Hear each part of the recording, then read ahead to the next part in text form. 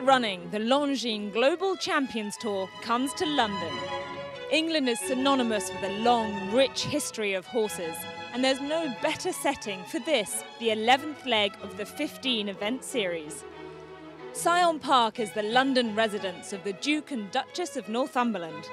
Surrounded by its own parkland, on the bank of the River Thames, it's hard to believe that we're barely 10 miles from central London. Syon House is built on the site of the late medieval Syon Abbey, which was destroyed by Henry VIII during the Reformation, when he broke from Rome and the Catholic Church in order to be able to marry Anne Boleyn. Many of the rooms in the refurbished house were designed by famous Scottish architect Robert Adam, including this, the Long Gallery, all 136 feet of it. In fact, it was in this very room that 17-year-old Lady Jane Grey learned that she was to become queen. It only lasted 9 days.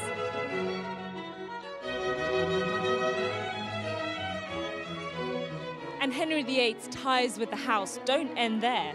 His fifth wife, Catherine Howard, was held prisoner here before her execution in 1542. And 5 years later, when Henry himself died, his coffin was brought to Syon on its way to be buried in Windsor. It's known as one of the last great houses of London, and it's often used as location for filming of period dramas, such as Downton Abbey.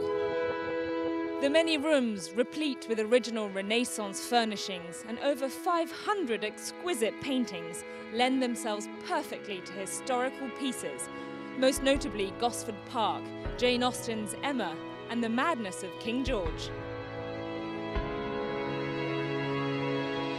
The gardens are designed by world-famous Capability Brown and boast more than 200 species of rare trees. But without doubt, the jewel in the crown is the Great Conservatory. It was the first of its kind to be built of metal and glass on such a large scale, and to this day it's arguably the finest surviving garden building of its era.